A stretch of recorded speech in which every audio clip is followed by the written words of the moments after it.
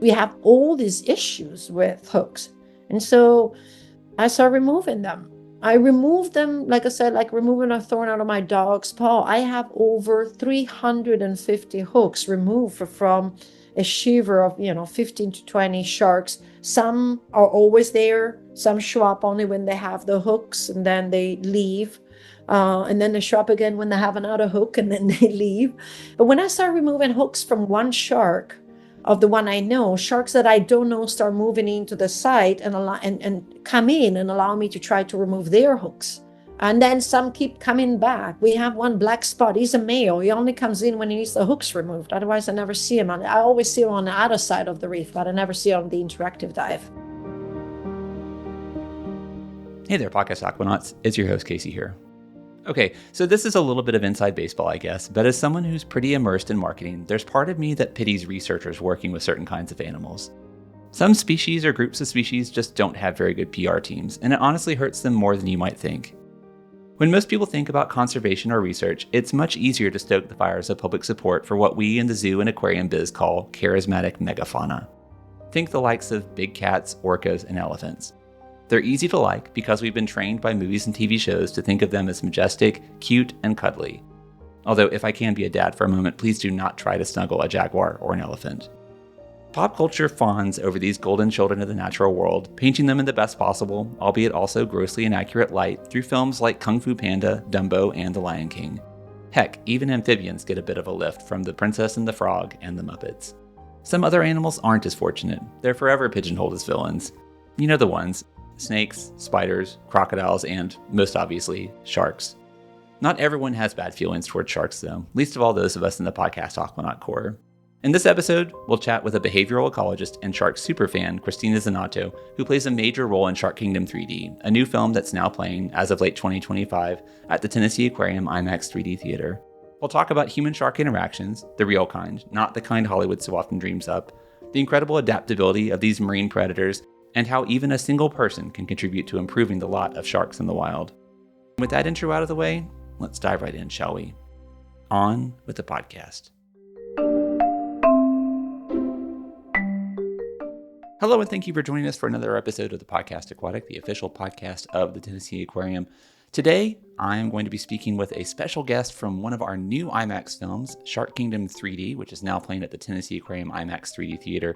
Cristina Zenato is an ocean and cave explorer, a shark behaviorist and ecologist, a speaker, writer, conservationist. Cristina, I'm running out of breath here. Have I missed anything on your list of accomplishments? No, it's so good. Well, I feel like it actually goes on from there. But your life sounds very busy, but also very fulfilling. And I do appreciate you taking the time to join us here on the Podcast Aquatic. Oh, thank you for having me. Okay, well, I'm sure that you probably get this question all the time, but I really don't see any reason not to start the conversation this way. What was your first encounter with a shark? Was it out in the wild? Were you at an aquarium? How did you become introduced to this species that has become so important to you and the work that you're now doing? My first encounter with a shark was a wild Caribbean reef shark during my first open water checkout dive while I was becoming scuba certified here in the Bahamas. I jumped in the water, and the dive site had Caribbean reef sharks, and that was my first ever encounter with a wild shark. How old were you at the time? I was 21 at the time, turned 22 that year. Sharks are just one of those animals that, as we've discussed previously on this show, tend to have a lot of really negative perceptions, largely based on the misportrayal of them in pop culture, in movies and on TV, things that just really paint them as being more aggressive, more dangerous animals than they actually are. So when you had that first encounter with sharks, what were your preconceptions? What did you think or feel about sharks prior to getting into the water with them? Were you nervous? Were you excited? What was your relationship to sharks prior to having that first encounter? Well, luckily, I come from an ocean family, and I come from a family that educated me very well about the dangers of the sea primarily, not of the animals of the sea. Meaning, my dad educated me about waves and currents and weather, and he said the water is the most dangerous place. But he also used to say there are no monsters in the sea, only the ones you make up in your head. And that was very much a sentence that took me through my life. It was the understanding that there are no monsters. So when I saw sharks, which was my childhood dream to have sharks for friends, I was extremely excited, very curious, just fascinated by the fact that I had the opportunity of see something that my dad told me that actually were very elusive, right? And the next thought was like, how do I get to have more of these encounters? So when you first got in the water, was it a case of the sharks were just immediately there, or was it something that I think people have this impression of sharks just sort of lurking around wherever people are? They're always there. So did you have to find them, or did they find you? To the shark, the species that I encountered on the first dive were Caribbean reef sharks, and as their name says, live in the Caribbean and they live on the reef. We were diving on the reef, and this was their home. So as we descended onto the dive site, there were a couple of the Caribbean reef sharks just swimming around.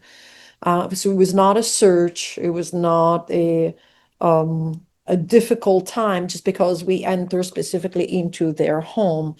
The concept that sharks are, as soon as we enter the water, it will be nice. It actually won't be nice. It used to be like that. Unfortunately, we have removed so many sharks, so many different species that now to go and look for some of those specific one is very difficult. And so it was very much a privilege of being able to have these sharks being right there on the dive site. The concept of sharks, like lurking is like they don't lurk. I mean, they swim, they live there. That's where they live. That's what they do. And what they do is they are basically interacting with their own environment. We enter that environment, and at times we may encounter them, but people would be very much shocked how often they've been on the water and sharks have swum by them, and they didn't even know that the sharks swam by them, and the sharks completely ignored them.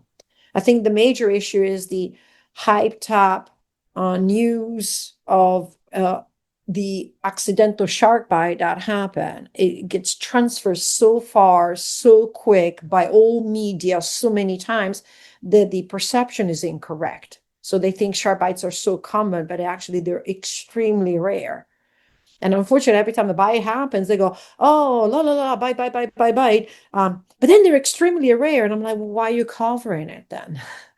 It's like this back and forth between they're extremely rare, but let's talk about it as much as we can so people think that is the most common thing that ever happens. Sure. And I like your characterization of sharks as lurking in the ocean being inaccurate, because as you pointed out, that's their home. They no more lurk in the ocean than you lurk in your living room, right? Or Correct. you lurk in your kitchen. It's like saying my dogs are lurking on the couch. Exactly. Ooh, there's three dogs lurking around my apartment. And that is the concept, right? It's like saying, oh, there's birds lurking in the sky. Mhm. So, as previously mentioned, you are a shark conservationist, and we've already kind of touched on the public perception of sharks being based on a lot of inaccuracies and misportrayals. So, but people listening to this conversation who maybe are not aware of the facts might wonder, why do sharks need conserving? Why should we protect them? And do you get that a lot, having to explain or maybe even defend sharks to the public and explain their ecological role to those people who maybe only understand them or know them based on the media report that you just mentioned, or some of those portrayals in films like Jaws and I'm going to get the names wrong, but Deepwater, and anyway, a lot of the Hollywood misportrayals of sharks. Uh, yes, I still, it is unfortunate. And let me do a differentiation here. I have quite a fairly healthy following who has basically transformed their idea by following me, or they came in with a fear, and by following me, that fear has slowly changed. But as much as I would like to say, oh, yes, the perception of sharks has changed, all we need to do is, I usually say, I'm like a big fish in a small glass ball. All I have to do is go into a bigger glass ball, an environment that is not mine, that is not the followers that are very interested about sharks, to find out that as young as a 5 years old kids, for whatever reason, to this day, 2025, are still very much afraid of sharks. A lot of it is perpetrated miseducation that starts from the parents, it starts from these cliche sentences that they're saying.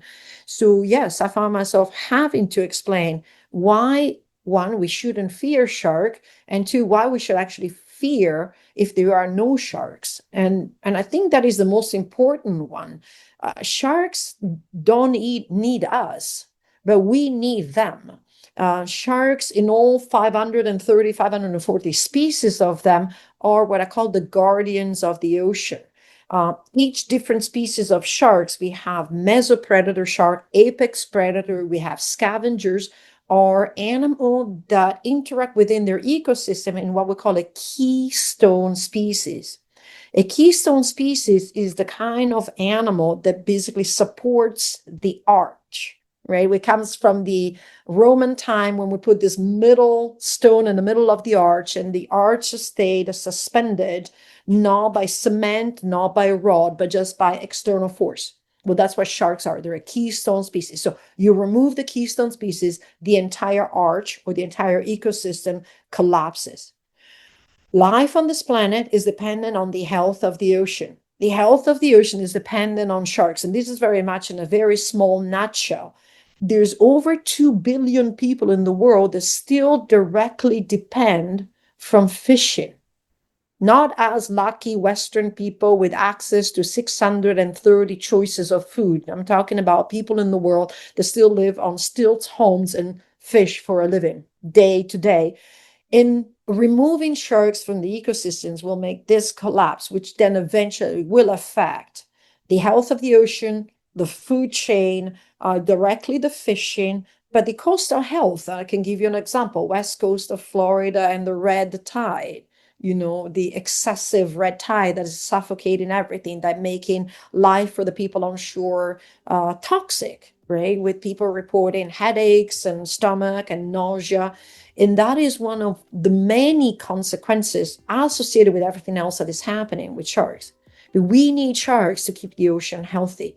If you think about it, every animal on this planet has gone through a extinction, right? There's been 5 mass extinctions so far. Sharks have survived each and every one of them. They're older than trees. They're 450 million years old. They're older than the land mass that formed. They were already in the ocean, right? And they've been here all this time. There has to be a reason. Nature doesn't do anything just to do something.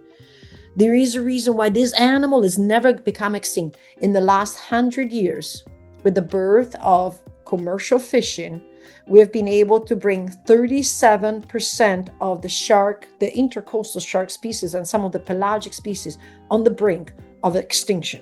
We have done in 100 years what the world, nature, all the different climate changes that have now been able to do for millions and millions of years. Yeah, the asteroid that wiped out the dinosaurs didn't even manage to do that. So our impact didn't manage to wipe out the sharks. They were still here.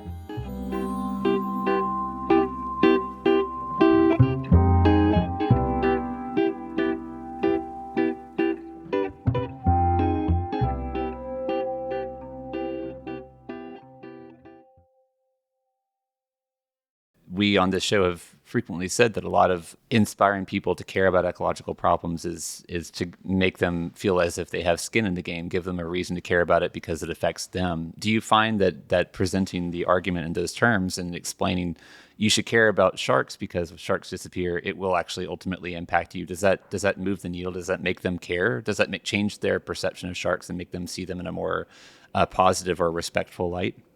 Yes, what it does is what I received, even the people that maybe say, well, I'm still afraid, but now I understand and respect more their presence.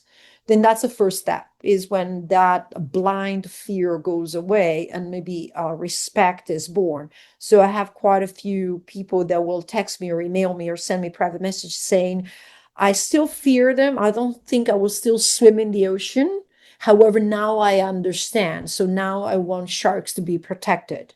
And that I think is a first step. They don't know it yet, but eventually their curiosity will maybe push them one day to say, you know what, I'm ready also for that shark encounter, or maybe I'm ready to have the possibility of be swimming with one of these species that a lot of people define as less predatory or less intimidating. I would call them intimidating. I try also to change. I think one of the ways we need to change to the perception of sharks is to change our vocabulary. The language, yeah. We know the words definitions have very much an importance, right? So lurking, aggressive, vicious, patrolling, Attack. oh, that one, yes. um, it's a negative connotations because of how we have a negative in our language, right? So even changing that and giving a different perception can help people into the next step. So I would say maybe there are species that are more intimidating, rightfully so. A 20-foot tiger shark, who is a predatory species, it is intimidating. Right? The head is about 3 feet wide. You know, when I'm down there with them, it's a presence. It's we usually joke, it's kind of, it's a unit.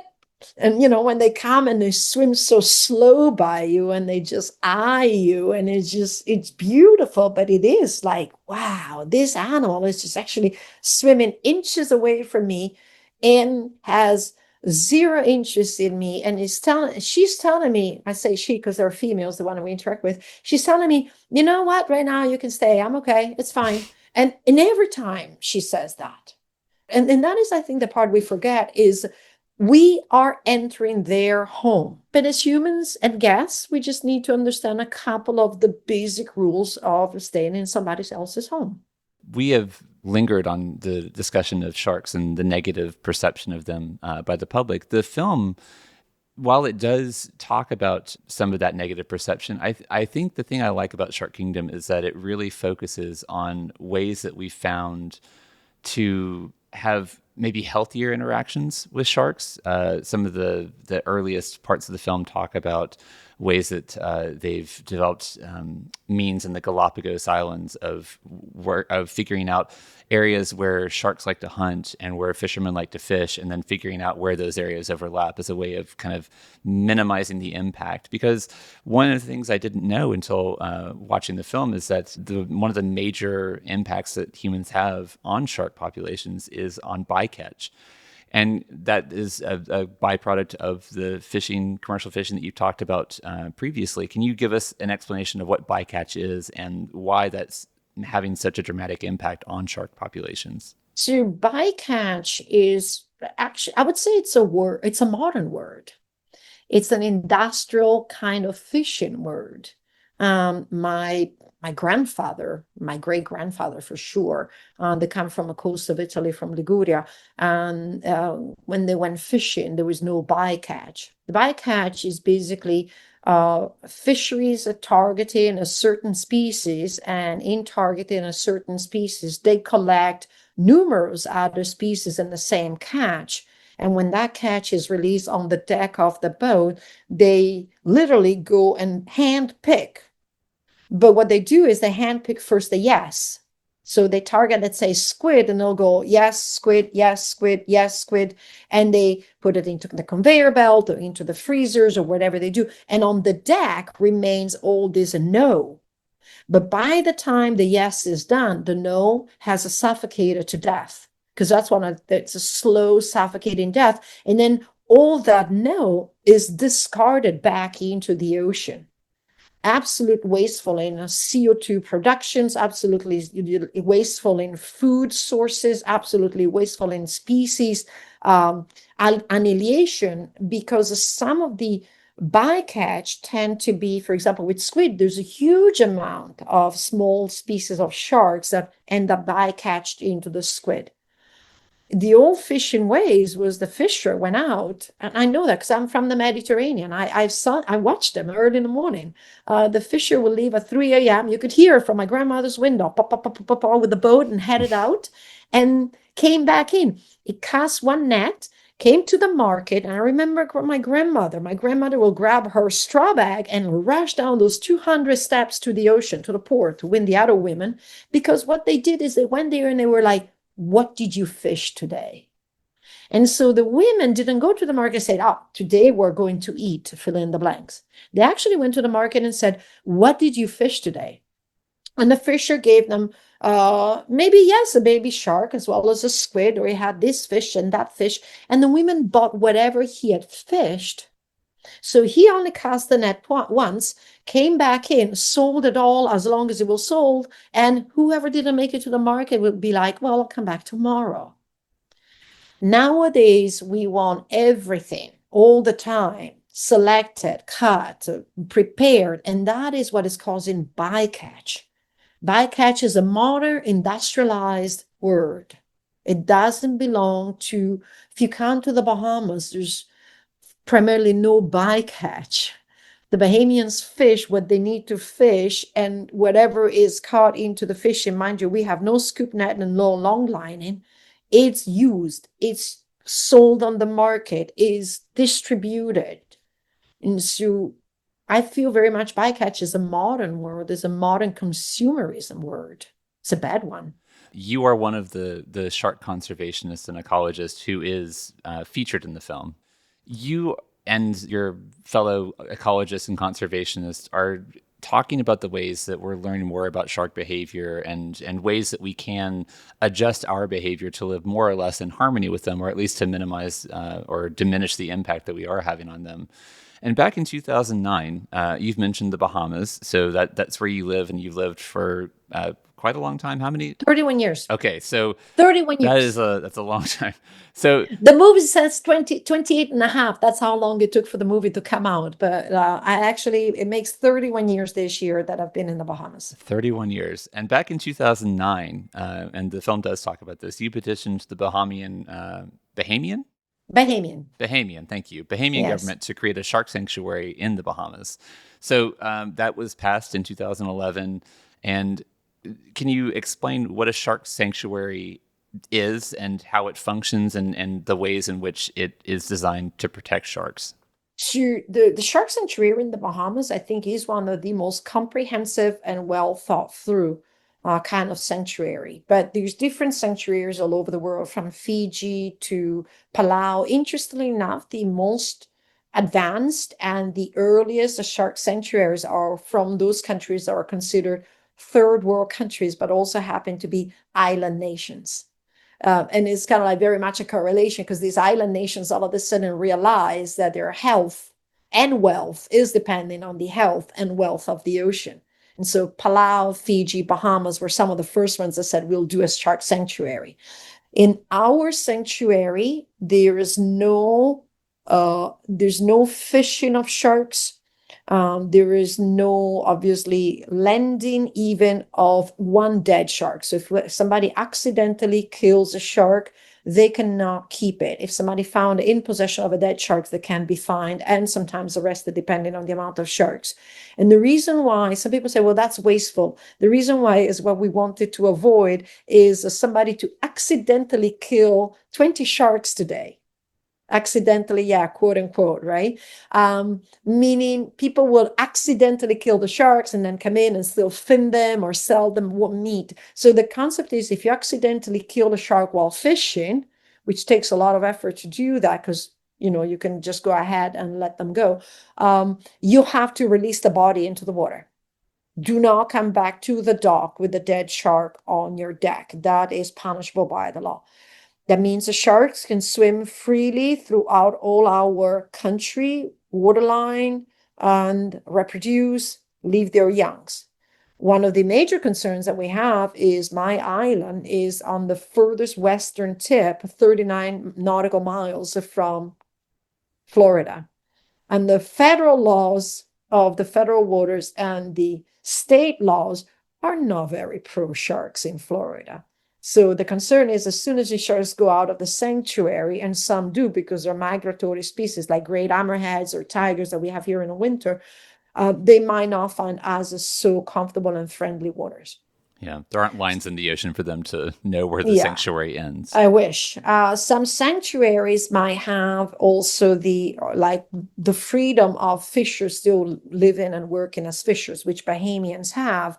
But for example, we do not accept foreign countries. Like we sometimes have a little bit of incursions from, especially Dominican Republic, coming into our waters trying to fish.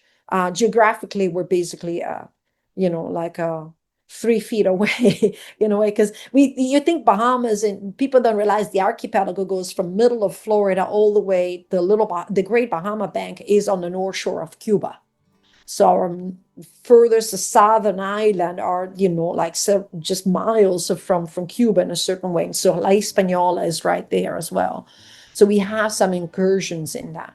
And that is where the education came in, because I trained Bahamians for a very, very long time into the art of scuba diving, but also into shark tourism and taking people shark diving.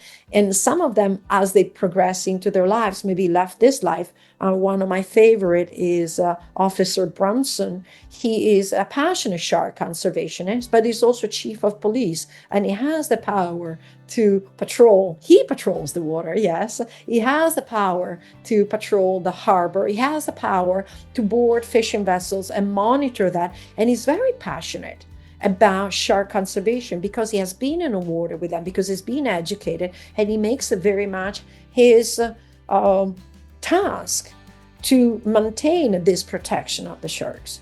It's a web, it's a net, not for the sharks, but we create across humans in order to then have everyone who wanted to be participant into protecting sharks by understanding their role and value.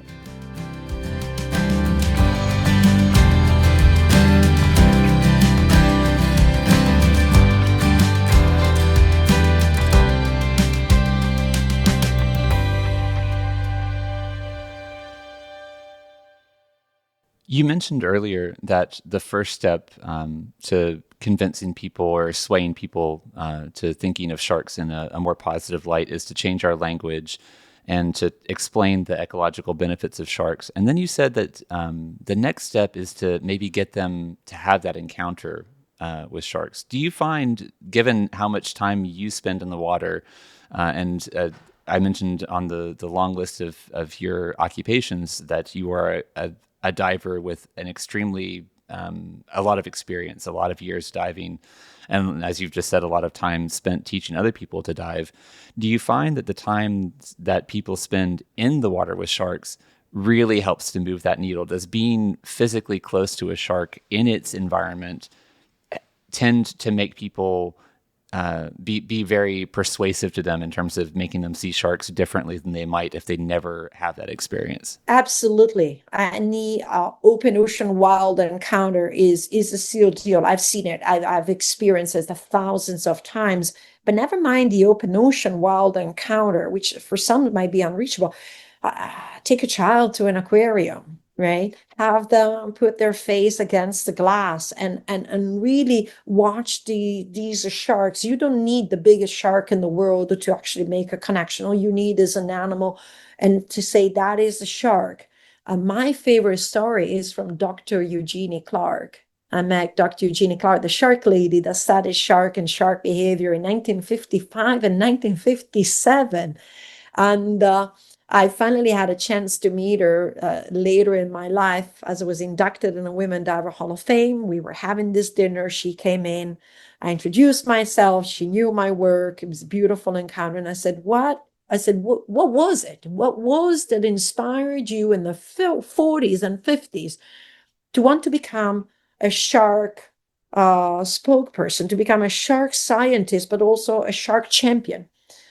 And she said, my dad took me to the aquarium, and there were the sand tigers in the habitat. And she said, all I did is I put my nose against the glass and my hands around my eyes, and I pretended that I was underwater with them. Wow.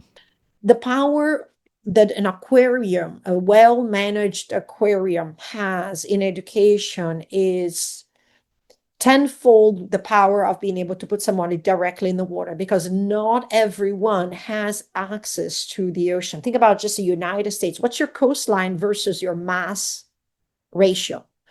Yeah. How many landlocked states do you have? And By the way, I know you have lots of bodies of water, but a lot of people believe that there's no sharks in the Great Lakes, people. So what I'm saying is having the opportunity to have somebody approach a first body of water through yes, it's a glass pane, but with the correct education has a tremendous effect. I remember I went to Singapore. I was invited in Singapore to do a campaign against shark finning, which is bigger there. And we did like a presentation underneath. We had a lot of what they call mainland Chinese coming with videos and music. I was doing just showing what I was doing. And then people were signing up, the pledge of not using shark fin soup. And it is amazing what it was obtained. Within the year, there was a drop of 33% of shark fin consumption within the city. Wow. Pretty impressive. Just the exposure to something like that, of something beautiful, peaceful, with the correct, let's say it, music and the correct visuals and the correct words. Yeah. And again, I think one of the beautiful things about seeing a film like Shark Kingdom is that it puts you, there's something about seeing IMAX films on that enormous screen. And we have the largest one in Chattanooga here at the Tennessee Aquarium IMAX 3D theater. And there's something about how big it is that it surrounds you and makes you feel as if you are actually in the water with them. And then those filmmakers have just such a talent for showing these animals in a way that you probably never seen them before. And you see things in this film that I think people will be surprised to see. I think so. And some of them are beautiful things. Some of them are not as beautiful because again, a lot of this film is built around the notion of how humans and sharks interact. And we've already talked about some of the negative things. You just mentioned finning. We've talked about bycatch. One of the things that you do in the film, or they show you doing in the film, that I find very touching, but also it's a little bit heartbreaking, is you have spent a lot of time in the water removing hooks from sharks. Can you talk a little bit about how that happens and the impact that a hook, if left in a shark, could have on it, and then the process of actually removing it? Because you do all this underwater, and you Correct. do see this in the film. I do this on scuba while interacting with the sharks. So the process of removing a hook depends on where the hook is placed. It could be upper jaw, lower jaw, side, depending on how infected it is, if it's a J hook or a circular hook. So each one of them is different. The only tool I use is my hands. And a lot of people still to this day send me messages, oh, you should try this and you should try that. And I tried it all. I tried every single piece of needle, nose, plier, wrench, hook removers, and my hands and the little stainless steel ring are the only two things that I use because the action is fast. To me, removing a hook from a shark's jaw is like removing a thorn from a dog's paw. So if you ask me when I first started doing it, if I remember, it was not like a glorious moment. For me, it was just kind of like, oh, hook, oh my goodness, uncomfortable. I watch sharks diving in the sand, trying to scrape it off. I watch shaking their fins. I watch them not being able to eat. I watch infections extending on their skin where the lines are rubbing. And for me, it's like that love. I love sharks. I love especially my individuals. I love my girls. I love Hook and Crook and Track and Vulcan and Grandma and Stumpy and Liz. And I know my friends tell me that they will never allow me to name their kids because I name sharks of physical characteristics. But what I'm saying is it was an act of love. It was nothing else. I didn't even think about it. The first hooks that I saw removing, I would come back on the boat and just toss them in the garbage. And then people start asking me, we're like, why don't you keep them? I'm like, it's the piece. So what do these hooks do? They disrupt the life of the animal, right? Imagine how annoyed you are when you have a little splinter in your index finger. Mm-hmm. Maybe you're trying to type, right? It's not life-threatening, but so now you have something in your mouth. And so some of them have danglies enough that they can get stuck. So I had removed hooks that had like things dangling from them with then pieces of sponges and a reef and garbage attached to that. So then it's dragging along the side of the shark or along the fin or along the gills. They have infections, swollen jaws. The worst one is they also can cause involuntary anorexia. So the wrong hook swallowed will go inside the stomach. The shark feels indigestion. They'll swallow some salt water to try to basically force themselves to regurgitate or remove the object that feels indigestive. And then the hook being metal actually calcifies, creating like this big clump in the stomach. Then that makes them feel full, but then they don't eat and they may die of what it's known as involuntary anorexia. So they Wow. die of starvation, but involuntarily is not a decision. So we have all these issues with hooks. And so I started removing them. I removed them, like I said, like removing a thorn out of my dog's paw. I have over 350 hooks removed from a shiver of, 15 to 20 sharks. Some are always there. Some show up only when they have the hooks and then they leave. And then they show up again when they have another hook and then they leave. They come to you? Yeah, Oh, wow.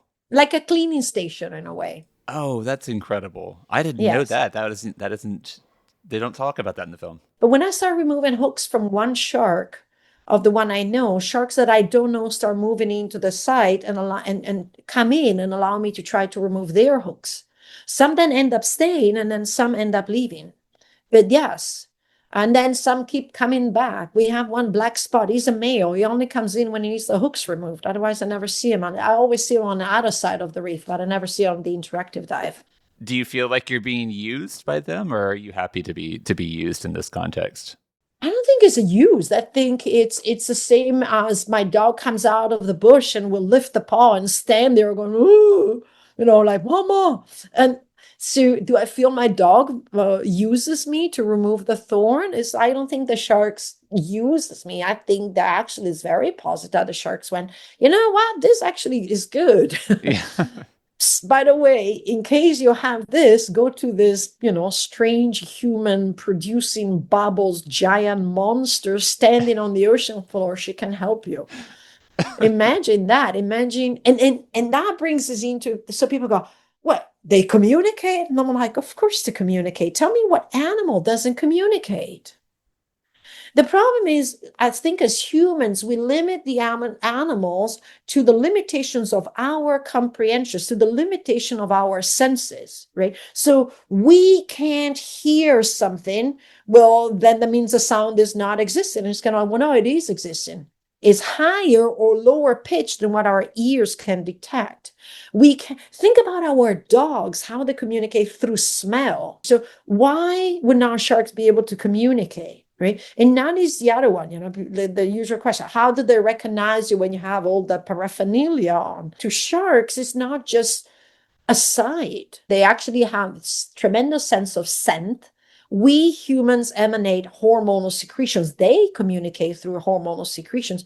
So how about they have that secret language? Yeah. Right. It's not secret to them, but it's definitely secret to us. But they smell us. Well, and I think you touched on something earlier that we tend to think of things in terms of our own limitations, and Absolutely. it's a very human centric way of viewing the world. I don't think people do that on purpose, but it is something that we are prone to do. The Tennessee Aquarium's podcast Aquatic is made possible by support from the Tennessee Conservationist, the official magazine of Tennessee State Parks. Each issue is filled with fascinating stories about Tennessee's native species, rich history, and unique culture. It's also your guide to exploring state parks and planning your next outdoor adventure. Subscribe today at tnconservationist.org.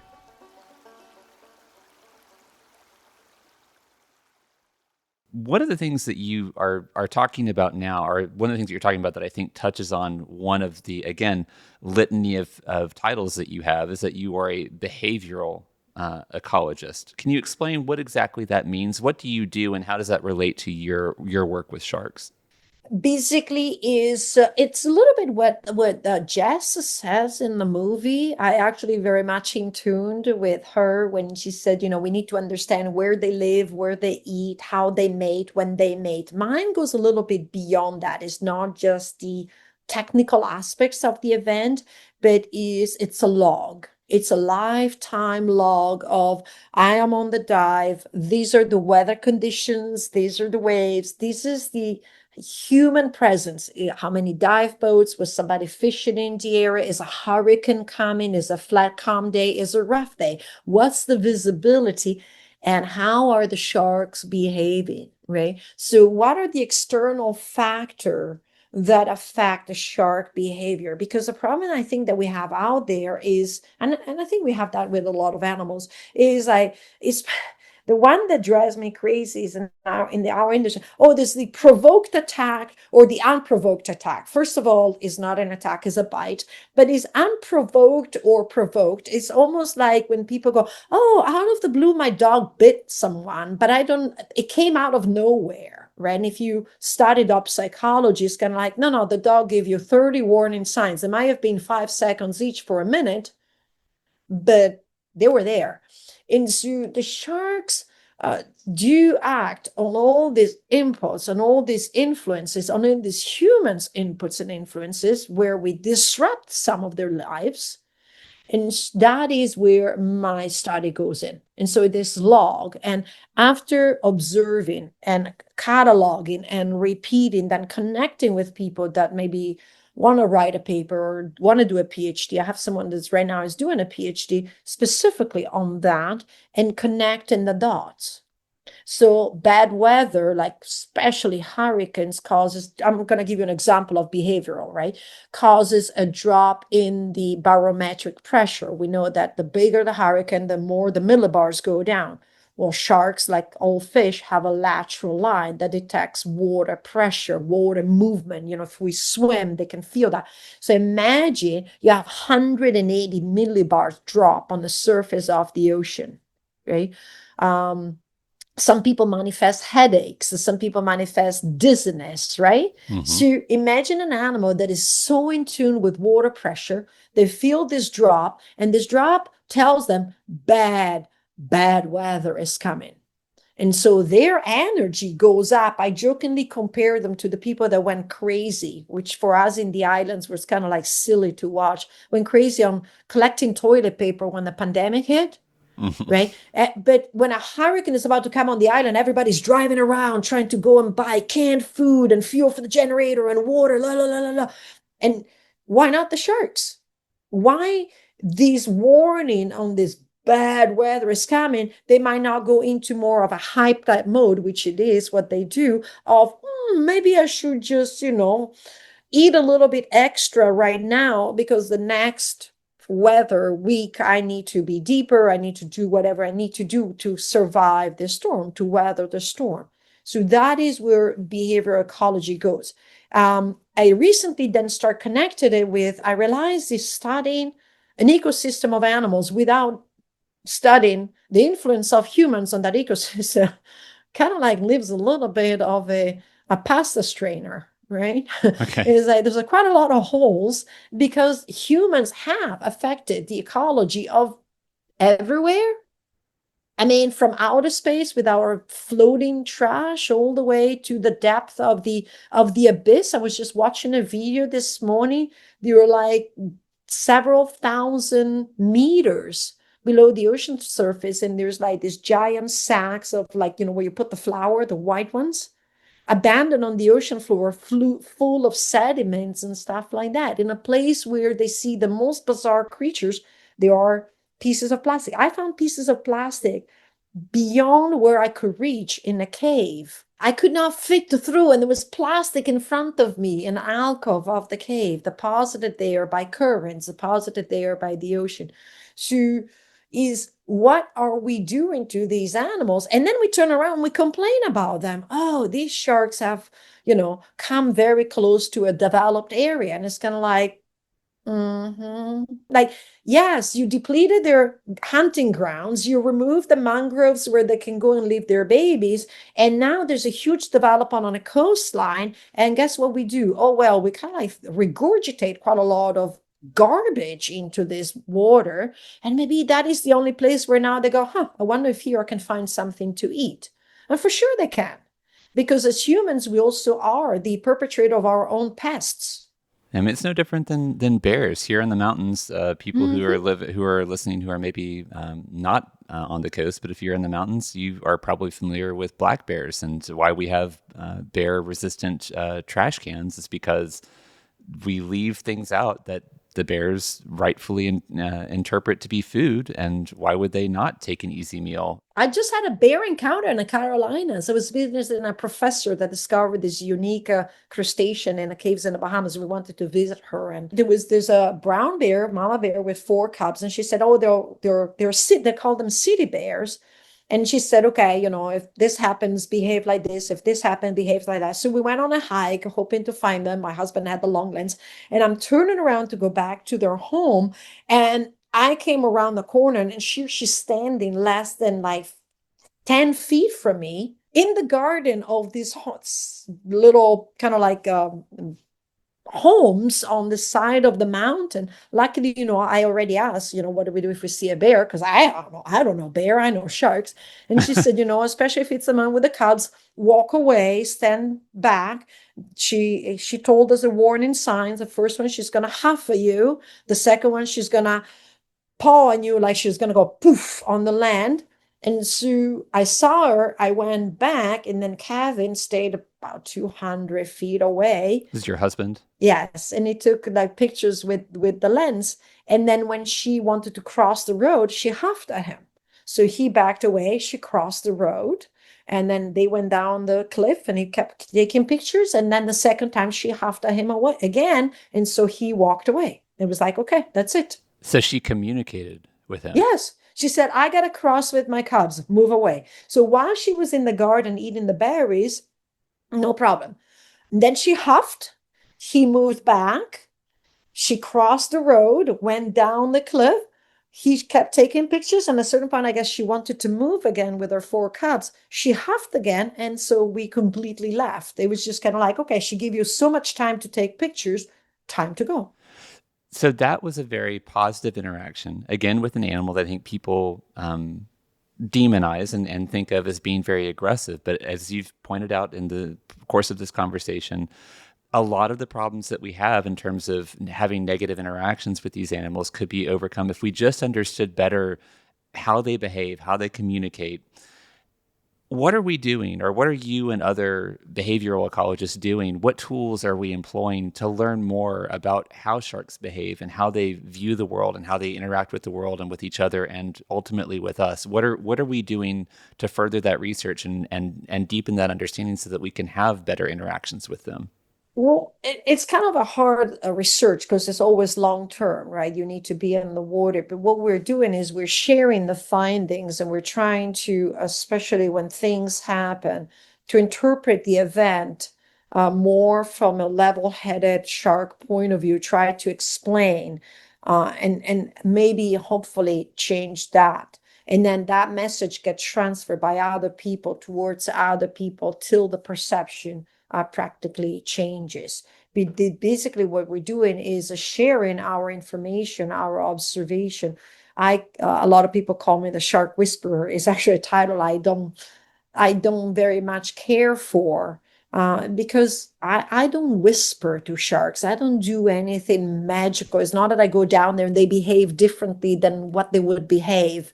It's I self-moniker called shark listener. It's not a telepathic communication, is nothing transcendental, is literally watching these animals, understanding what kind of animals they are, what kind of nature they have. They're scavengers, direct hunter, what is the information? And then I go with other people that basically interact with the same species and we compare notes. right? And then those notes become a little bit the guideline. And it's very difficult because I noticed that even in Shark Kingdom, don't get me wrong, amazing, right? I'm very proud to be in it. But there was a lot of like, ooh, sharks do this and sharks are that and sharks this and shark that. And it's kind of like, no, no, no, no, no, no, no. It's like saying all dogs behave this way. It's like saying a sparrow and an ostrich and a penguin and a bald eagle behave the same. All birds do this. All birds fly. It's a No, they generalization. don't. Yes. Oh, all birds nest in the ground on the tree. No, they don't. All birds eat insects. No, they don't. And off it goes, right? So if people said all birds can fly, you don't need to be an ornithologist for people to go, absolutely not. That's not true. A 5-year-old kid will go, that's not true. Penguin doesn't fly, right? But with sharks, we have this sharks do this. So then comes the misconception of, oh, what do I do if I see a shark in the water? It depends on the shark. And it's just like, I don't know, take a picture. The thing is, where are you in the water? Are you swimming? Are you scuba diving? Are you spear fishing? Are you kayaking? Where are you? Are you in Antarctica? Are you in Maine? Are you in the Bahamas? Are you in Fiji? Are you in the middle of the Atlantic? Do a solo circumnavigations of, and not only that, but what shark are you seeing? How are you seeing? Is it from the surface? Is it with the mask? Can you recognize the species? And people get sometimes upset. They want the answer, and it's like there's no one size fit all answer. That is the issue.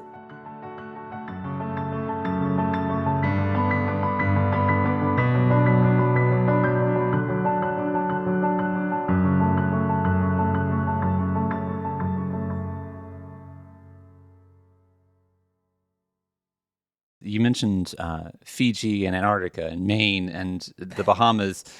One of the things that's so interesting about the film about Shark Kingdom is that it really, I often use the phrase with giant screen films that it's a globe trot. That's really exceptionally true with Shark Kingdom. You really are taken all over the place. We obviously Yes. and are focused on the Bahamas with you. There's some scenes that are set in the Galapagos, and then on the other side of the ocean with in Fiji. There's Australia, New Zealand, Polynesia, the Bahamas, just within, a 35 minutes movie. And obviously, you couldn't touch every place in the world that has sharks, but you went from Australia to Polynesia to New Zealand to the Bahamas and the Galapagos. So you went east, west, north, south. The only places so far where we have yet to find a trace or proof of sharks living there is the ocean around is the waters around Antarctica. But in a good word of Dr. Jeannie Clark is we haven't found sharks there yet. And some of it is the limitations of Antarctica, the cold water, the shifting ice. But why not? Why could not there be a specific shark species? Could be, and again, we forget, but the smallest shark species in the world is the size of a pen. The dwarf lantern shark, The or dwarf lantern shark, the biggest shark in the world, is the size of a boat, is the whale shark, which is also the biggest fish in the ocean.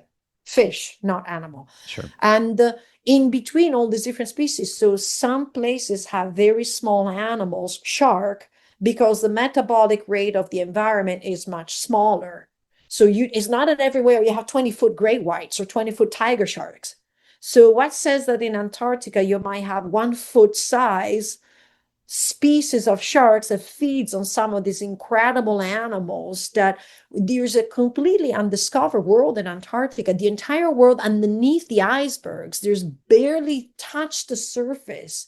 Dr. Laurent Balesta found over 4,000 species of invertebrates and nudibranchs and stuff like that, not as late as 2018-19, wow, under the ice of Antarctica. It's so, but everywhere else we have sharks. The Mediterranean, the Baltic Sea, the North Sea. By the way, it's one ocean, right? It's all connected.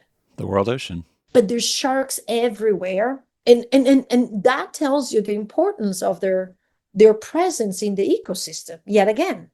Because if they weren't everywhere, we couldn't say, well, they're important for the ecosystem, but they are Yeah. everywhere. Well, and their adaptability. I mean, the fact that they've, I Hmm. mean, when you say they live in the ocean, even that is an oversimplification because they're Yes. living within the ocean. The ocean isn't just one habitat any more than a mountain stream is just one habitat. It's a multitude of habitats. And the neat thing about sharks that I think this film really does a great job of showing is that they have so clearly evolved to perfectly act within these micro ecosystems within the ocean. So they might be in a reef, they might be in the open ocean. You talked about pelagic species, reef dwelling species. Some are deep water, some are shallow water. I think the film just does an excellent job of showing you that tremendous diversity. Are there any species that you still have on your bucket list that you would like to be around? I mean, would you like to discover that Antarctic shark, and of the shark species that we know exist, are there some that you still would love to be in the water with and have that physical encounter that can be so meaningful? I mean, my goodness, yes, I would love to discover that Antarctic shark species. I honestly don't live my life by bucket list, but if there's one shark that I would love to see on the water, maybe swimming by, would be the Greenland shark. There's something about them that is totally fascinating. But I try not to keep bucket lists because that has allowed me to actually venture in places like South Africa where I've encountered 10 different species of sharks, and like 5 or 6 are endemic only of the kelp forests of South Africa. So I have encounters with these a shy shark, cat sharks, pajama sharks that actually makes it like very nice, beautiful, cute encounters just because the sharks maybe are like half a meter or a meter long. They're totally different than having to interact with like a 20-foot tiger sharks or a dozen, tiger sharks or even the Caribbean ray sharks. And I think is that it's just I want to keep my mind open and see how many sharks I'm able to observe and encounter through my lifetime. But yeah, the Antarctic shark will be a good one, and the very much the let's call it the bucket list to give you an answer would be the Greenland Okay. shark, an animal that has lived since before the independence war of the United States of America. My goodness.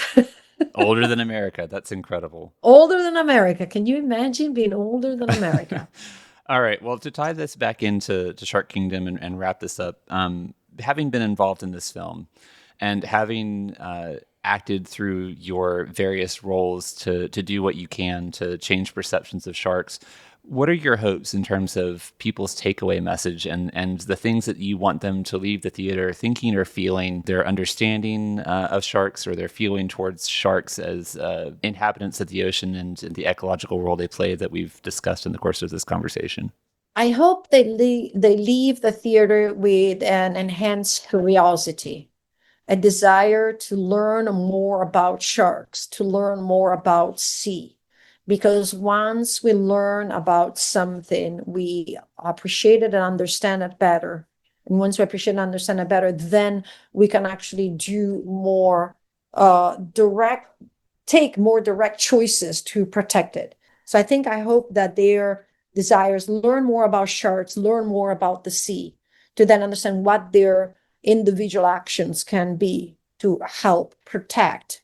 And they don't have to save the world, but I protect one small part of their corner of their Yeah. world. I mean, you're not saving all sharks by taking a hook out of a single shark, but you're still helping. That shark's become an ambassador for quite a lot of other sharks out there, and it has changed people's ways. So we are a stone cast in the water. We can create a ripple effect. I think the biggest disservice that humans can do to themselves or to others is tell someone that as an individual they do not have power, because individuals have changed the history of humanity, and individuals can change the way humanity is going towards the conservation and understanding of sharks and ultimately of the ocean. Cristina Zenato, how can people learn more about the work that you're doing to help sharks and how can they support it? They can learn more about it through my website, which is CristinaZenato.com, Cristina without an H. And through my nonprofit, they can support a lot of the work that we're doing in exploration, education, and conservation. And it's a POWnonprofit.org, and it's People of the Water, our website. And there's a donate button if they want to support some of the work we do through hosting scholars, doing research, supporting scientists, exploring and promoting marine protected areas.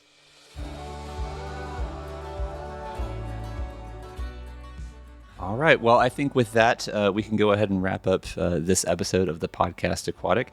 As previously mentioned, Shark Kingdom 3D is playing at the Tennessee Aquarium IMAX 3D Theater, and as far as I know, will be continued to play through at least the end of 2025 and probably for the first couple months of 2026.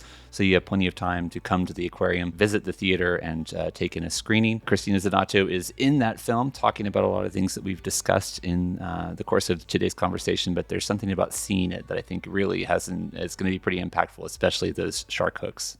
And don't forget the 29th showing. I actually will be present in the room, and at the end of the showing, I will actually give a little presentation and then respond to questions and from the audience that will be there watching. So that's right. So if you're listening to this episode and you think, my God, why did he not ask this most obvious question? Well, this is your opportunity to ask that question yourself and do my job for me.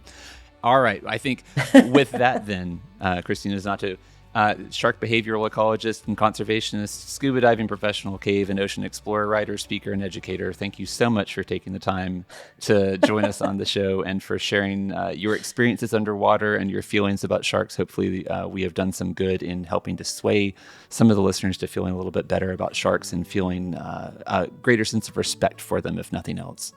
Thank you so much for having me on the Tennessee Aquarium. Thank you so much for your interview, Casey. Much appreciated. See you soon. If you have an idea for a future episode of the podcast Aquatic, send that to me at podcast@tnaqua.org. While you're online, leave us a rating or write us a review. Those are both free and easy ways to support the show, and they definitely help us with the algorithm, which helps more people to be exposed to the show and learn about some of these topics that we're covering. In the meantime, until next time, remember that every drop matters.